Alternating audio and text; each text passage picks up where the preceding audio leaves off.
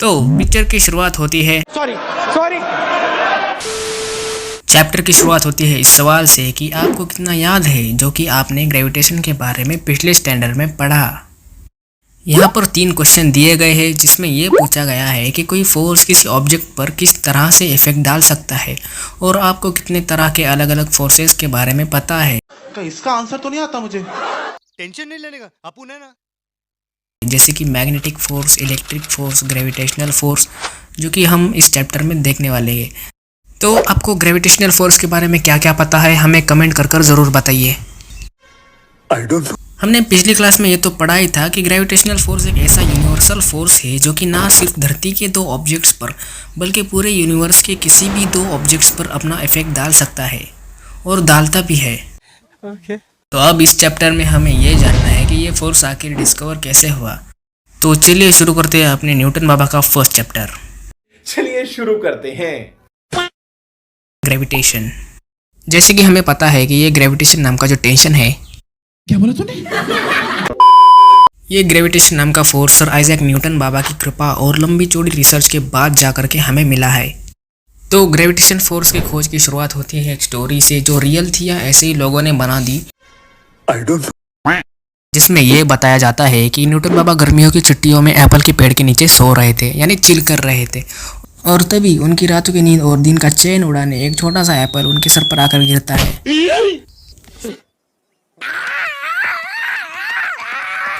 और तभी उनके अंदर का जो साइंटिस्ट थोड़ी देर पहले सो रहा था वो जाग जाता है और उसके थोड़ी ही देर बाद सीन में एंट्री होती है एक ऐसे सवाल की जिसका आंसर आगे चलकर इंसानों को चांद, तारे और प्लैनेट्स और दूसरी गैलेक्सी तक पहुंचाने में मदद करेगा।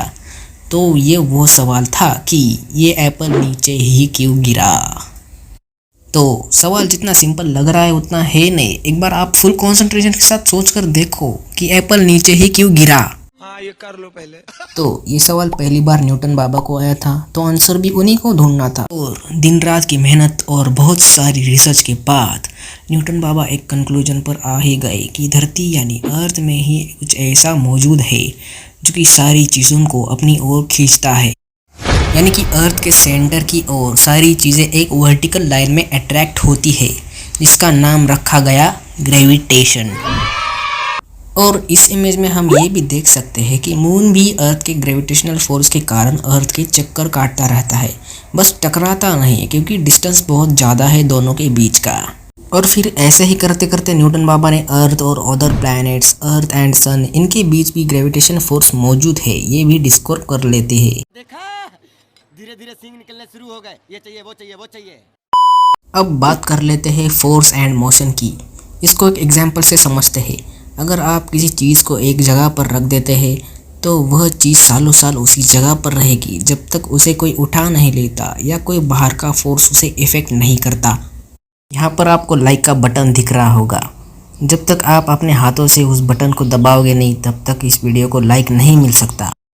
यानी हर चीज़ को मोशन में आने के लिए फोर्स की ज़रूरत पड़ती ही है। तो अब चलते हैं अगले पॉइंट पर, जो कि है circular motion and centripetal force. पहला है सर्कुलर मोशन।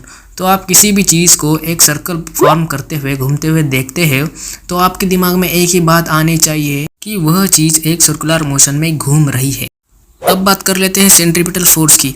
तो इसके नाम से क्या समझ में आता है कि सेंटर की तरफ लगने वाला फोर्स।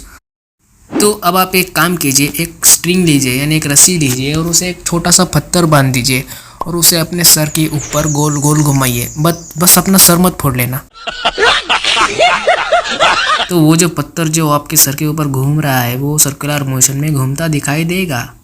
और रही बात सेंट्रीपिटल फोर्स की, वह पत्थर आपके अराउंड सर्कुलर मोशन में घूम रहा है और आप ही के कारण घुमाने की वजह से घूम रहा है।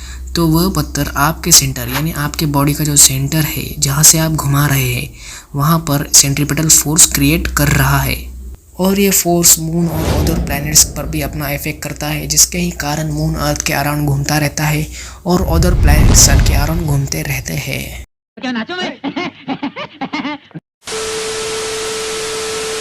तो अगले वीडियो में नेक्स्ट पॉइंट कवर करेंगे। तो ये वीडियो आपको पसंद आया या नहीं हमें ज़रूर बताइए। और प्लीज सर